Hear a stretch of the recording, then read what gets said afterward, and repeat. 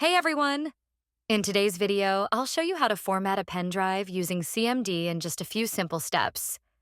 Whether your USB drive is corrupted, showing errors, or you just want a fresh start, CMD can fix it all. Let's dive right in. First, we need to open the command prompt as an administrator. Simply search CMD in the Start menu, right-click, and select Run as Administrator. Next, type DiskPart and hit Enter. Once DiskPart opens, type list disk to see all connected drives. Look for your USB drive by checking its size. Now, type select disk to replace number with your USB disk number.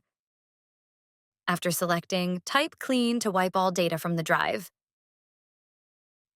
Don't worry, we'll format it next. Next, type create partition primary to set up a new partition.